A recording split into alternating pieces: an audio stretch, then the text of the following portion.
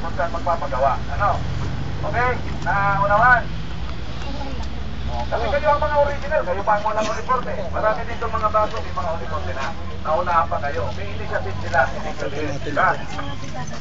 Sa mga darating naman, magkatakasan ng seminar nila para makaseminar na rin kayo. Ano po? Yung mga, nakikita ko naman, aktibo kayo. Basta mag-participate. Makakabigay na sa inyo briefing sa mga dati, mga nauna, kung anong mga requirements para mabigyan kayo seminar. Ano po? So ngayon, dito sa mga magra-ride, kasama kayo. Dito po, ito ang unang link namin ng Quezon, ng free planting. Kasama po tayo lahat magra-ride. Ang unang concern namin sa ride ang safety. Ano po?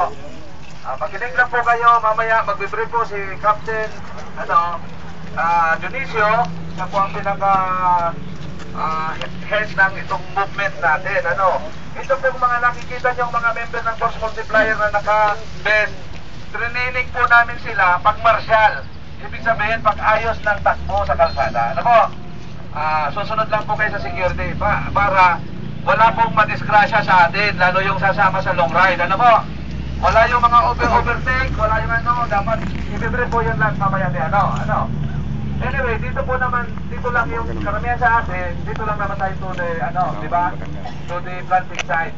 Pero from here po, ipapasyal tayo, ewan ko kung sa anong road ang nivel ni Major Belmonte, going to the, so magkakasama tayo dyan, mag-ride tayo. Dito naman, i-organize na ngayon by groups. By groups, kasi hindi tayo pwedeng isang, isang grupo, masyadong mahaba. So, si Captain Dionisio ngayon, ang mag-ano ng pag-organize ng by groups.